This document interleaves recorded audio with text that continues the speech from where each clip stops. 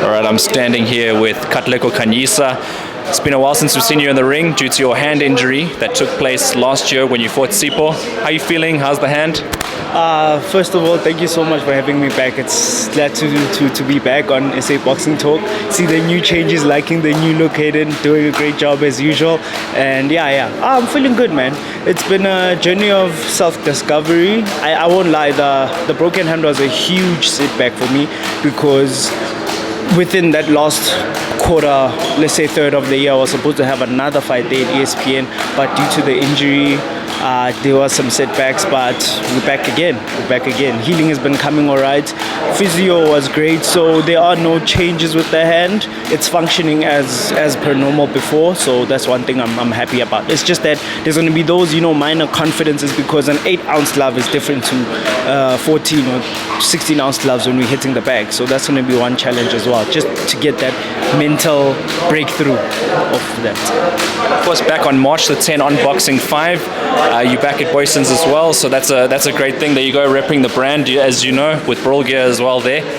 How are you feeling ahead of your fight against Hadebe? Obviously, stablemate Caden Schutzer had fought him previously, and we discussed this off camera. Obviously, no pressure on a result there. You just want to get a win. Of course, man. Like we said, mainly it's a comeback fight. Just to get that sense of the hand back. Mainly, I want to say it's more of a setup fight for more harder fights. That since now I'm made it into the 8-rounders, I'm definitely making sure that I want to get back to 8-rounders up to 10-rounders as soon as I can. So with the 6-rounder, it's a great opportunity for me to test my hand to see how I'm going to do. Not that I'm undermining Themba Hadebe, but definitely he's a tester for better things to come. I hear what you're saying because previously a lot of people were saying both for you and Sipho that fight happened just far too soon in both of your careers. Obviously a fight that can maybe happen again down the line, another super fight, but obviously Sipho has to pick up a few wins along the way. But would you agree with my statement? Look, man, if it makes sense, it'll happen. So we don't know. It's up to our promoters, it's up to our managers if it's going to be going ahead again. But like you say, it's not a fight that would be happening anytime soon because both of us would have to upgrade from where we are and then meet at a position where now there's more in store, more at stake. For the both of us. So it could be an even more exciting fight because the first one was a cracker, no lie. But we need to make it an even bigger thing.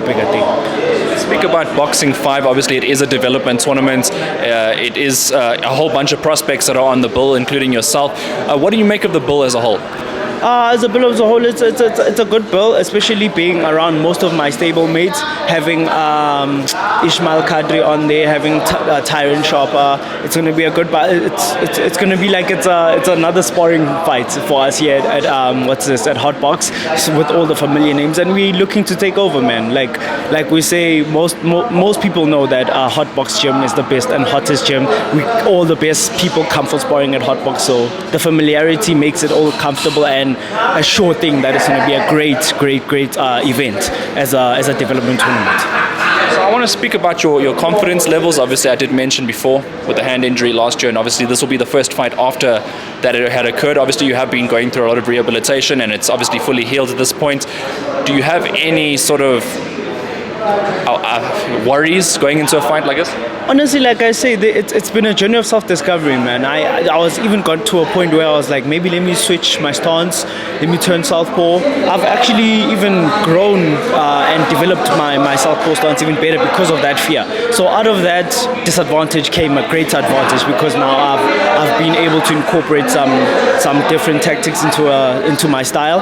So with the confidence, I don't feel any demoralization off of it, but more of confidence because now it's just a tester of the right hand. Am I going to be able to throw it as hard as I can without feeling that deep feeling of is it going to break again? But other than that, any other confidence in my style or performance, I know I'm going to bring the performance. I know I'm going to bring the heat as usual. Kateli Mnyama never disappoints. You never disappoint, that is correct. I've commentated on a few of your fights at ESPN already, so you bring in the heat. This fight, and I said no pressure early on the result, but do you see yourself getting a stoppage in this fight? Hey, if it happens, it does, If it happens, it does. So, like I said, I'm not going to be the aim is to test the hand, and if the test turns out to be a knockout, great. But if not, everybody knows it's going to be an unanimous decision regardless. Obviously, in this interview, the hot box is getting hotter. A lot more people are pitching up around. Obviously, you can't see them on camera, but it is getting louder in here. So, Kat, without further ado, let's wrap this one up and let's talk about what your message for your opponents is. Message for my opponent: thank you so much for not backing out of this fight, Themba Hadebe. But obviously, it's my time to grow yet again to be the best. So all the best to you, and see you in the ring. And anything last you want to say? Any thank yous, any shout outs? Of course. Big shout out to my long time sponsors, the Infall Twins.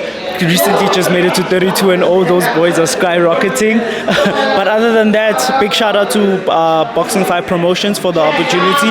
Not from only me, just also the fellow boxing stable mates. It's something we need in South Africa. A promotional company that's going to be more consistent and making sure that we're always active, which is a great thing. Shout out to No Doubt Management for Nomaganjani, now the one and only. And thanks to you, Hayden, for helping us keep people updated on the events that are coming through. And yeah, sure thing. It's going to be fire, guys. 10th of March. Be there.